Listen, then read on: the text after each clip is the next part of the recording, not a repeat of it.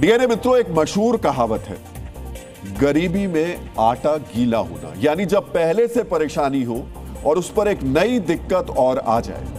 मित्रों, जिस वक्त ऊर्जा संकट से घिरे देशों की संख्या रोजाना बढ़ रही है, उस वक्त दुनिया में ऐसी दो घटनाएं हुई जिन पर यह कहावत पूरी तरह फिट बैठती है। इन घटनाओं के बाद तेल संकट से डरी दुनिया पूरी तरीके से, बहुत बुरी तरीके से सहम गई।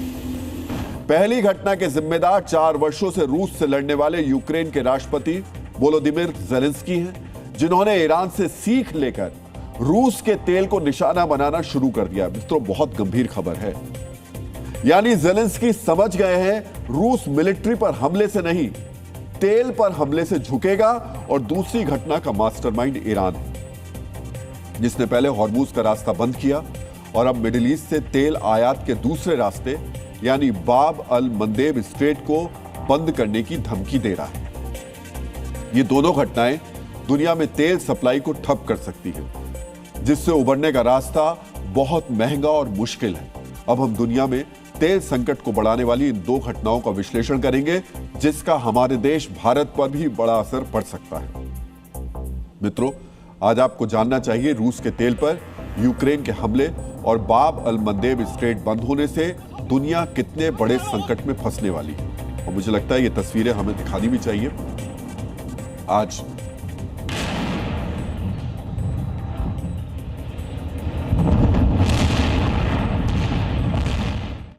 मित्रों, आज मिडिल ईस्ट के वॉर जोन से एक और बड़ी खबर आई। इजराइल ने हॉर्मुज स्ट्रेट बंद करने वाले मास्टरमाइंड को खत्म कर दिया। आज आपको समझना चाहिए IRGC के नेवी चीफ अली रेजा तंगसीरी की मौत का हॉर्मुज ब्लॉक करने वाली ईरानी सेना पर क्या असर पड़ेगा।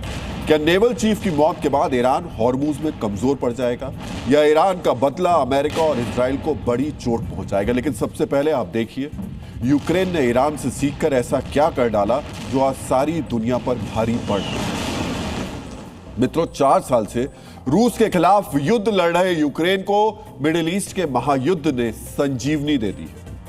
यूक्रेन भले ही इस युद्ध में ईरान के खिलाफ खाड़ी के देशों को ड्रोन हमले से बचने के तरीके सिखा रहा है, लेकिन यूक्रेन ने खुद ईरान से सीख लिया है कि दुश्मन को कैसे चोट पहुंचाई जाए।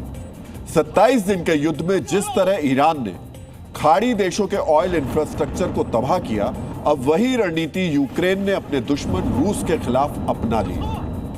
मिडिल ईस्ट का युद्ध शुरू होने के बाद यूक्रेन रूस के ऑयल इंफ्रास्ट्रक्चर पर लगातार हमले कर रहा है।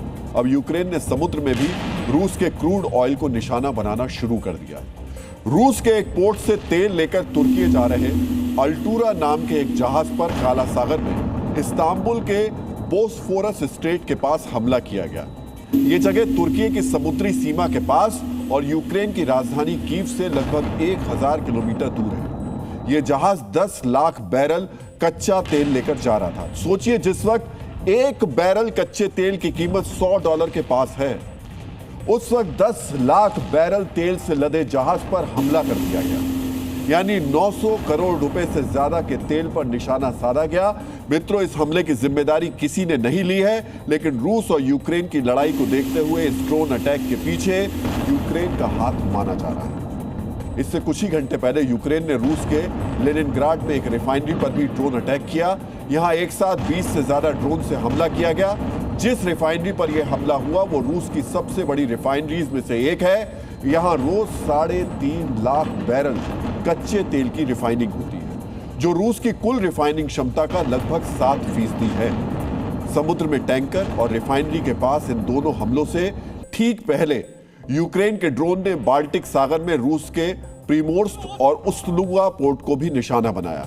इस तरह हाल के दिनों में यूक्रेन के हमलों की वजह से रूस के क्रूड ऑयल निर्यात की 40% क्षमता, फिर से सुनिएगा, रूस के निर्यात की 40% क्षमता तबाह हो चुकी है।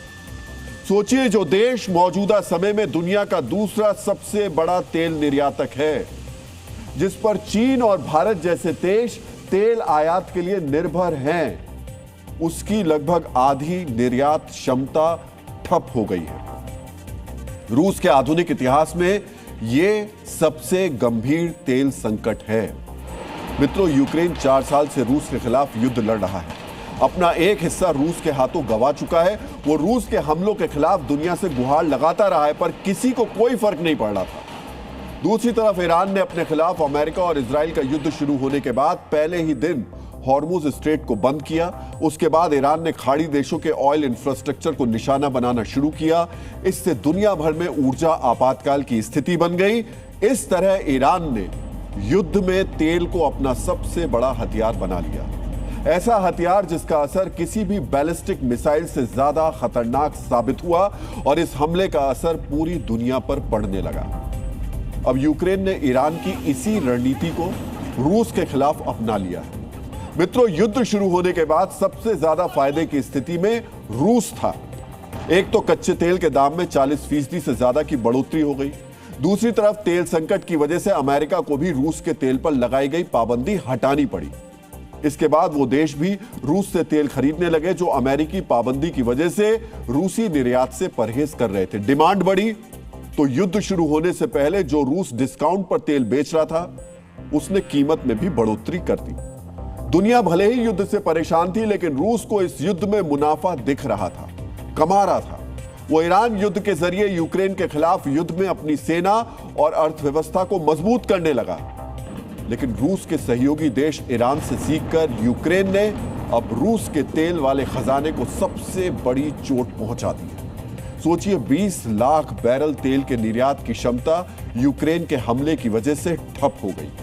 अंतर्राष्ट्रीय बाजार में कच्चे तेल की मौजूदा कीमत के हिसाब से रूस की 1800 करोड़ रुपए प्रति दिन की कमाई, हर रोज 1800 करोड़ रुपए की कमाई रूस की बंद हो गई। लेकिन संकट सिर्फ रूस पर नहीं आया, बल्कि यह दुनिया के कई देशों के लिए मुसीबत का अब सबब बन गया। ईरान युद्ध की वजह से खाड़ी देशों का तेल निर्यात काफी कम हो रहा है। इस स्थिति में रूस से कई देशों को उम्मीद है, लेकिन जब रूस का भी लगभग आधा तेल निर्यात बंद हो गया तो वो कमी कैसे पूरी होगी? यहां आपको यह भी जानना चाहिए कि रूस किन देशों को तेल का निर्यात करता है, कितना तेल निर्यात करता है और किन रास्तों के जरिए करता है। डीएनए मित्रों, रूस रोजाना 42 लाख से लेकर 48 लाख बैरल कच्चे तेल का निर्यात करता है। पाबंदी की वजह से रूस का तेल निर्यात मुख्य रूप से एशिया के देशों को होता है। रूस के तेल का सबसे बड़ा खरीदार चीन है, जहां 48% निर्यात किया जाता है। दूसरे नंबर पर भारत है, जहां रूस का लगभग 38% तेल निर्यात होता है। तीसरे नंबर पर तुर्की है, जहां 6% तेल निर्यात होता है। यानी रूस के तेल निर्यात में चीन, भारत और तुर्की का हिस्सा 90% से ज्यादा है।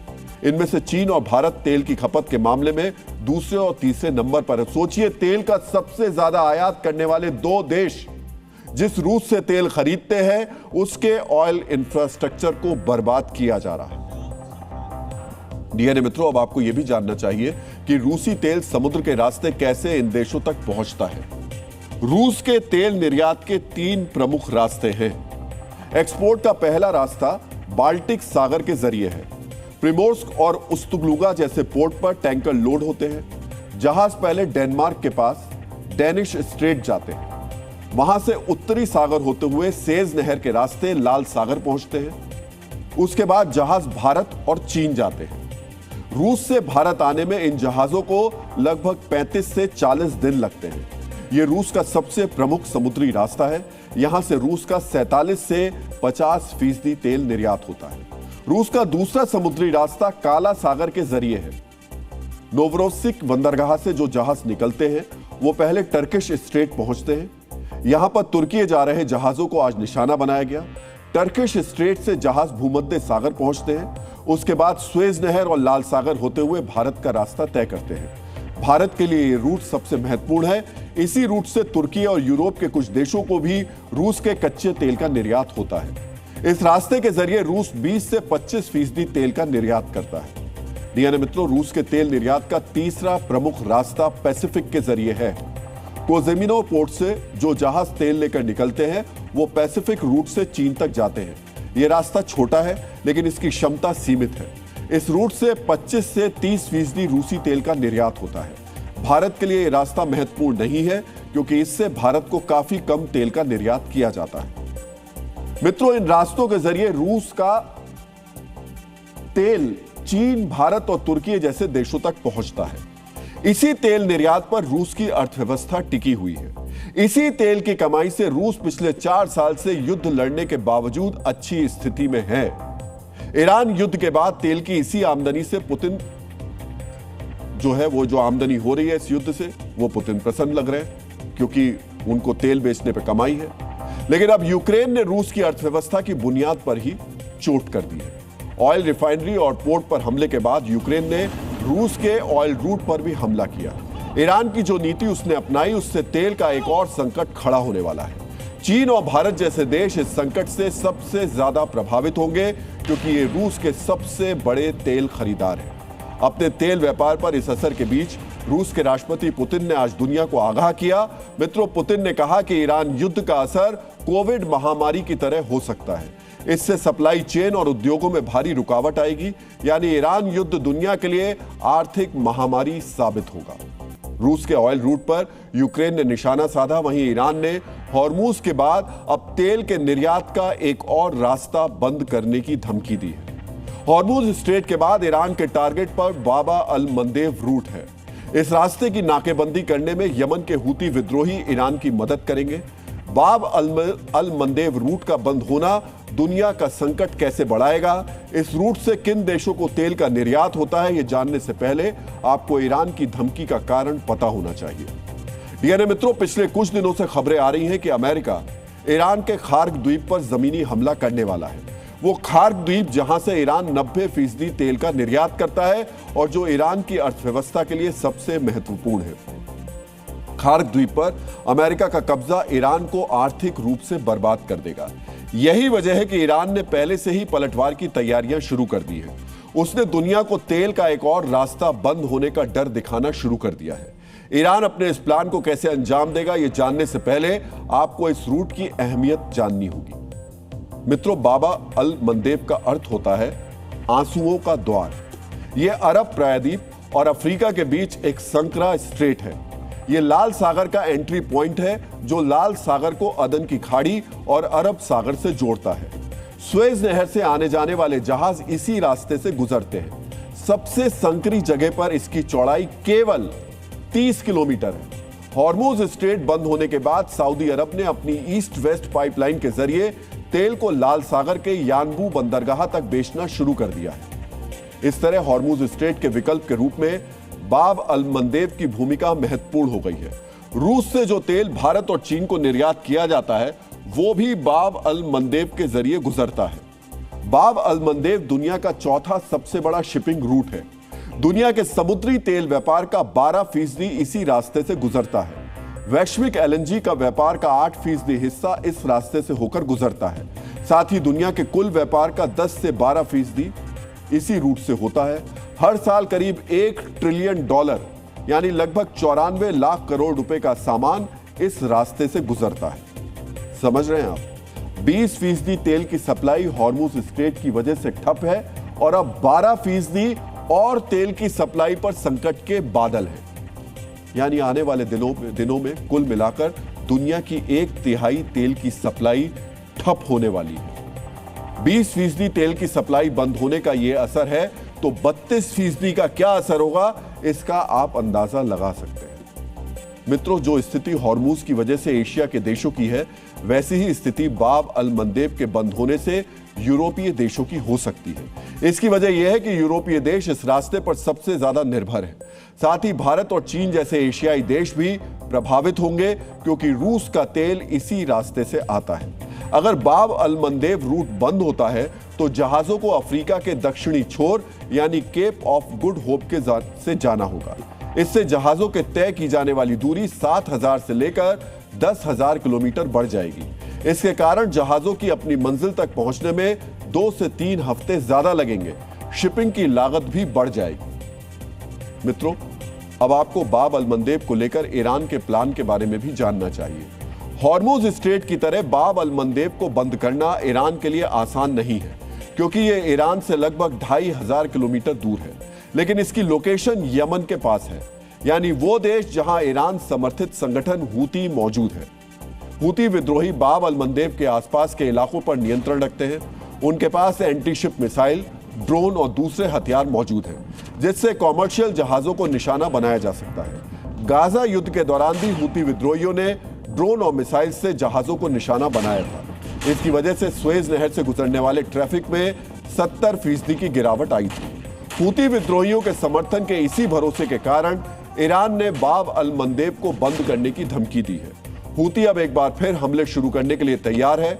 वो बस ईरान के इशारे का इंतजार कर रहा है। इससे ईरान को फायदा होगा, लेकिन पूरी दुनिया का नुकसान और ज्यादा बढ़ जाएगा।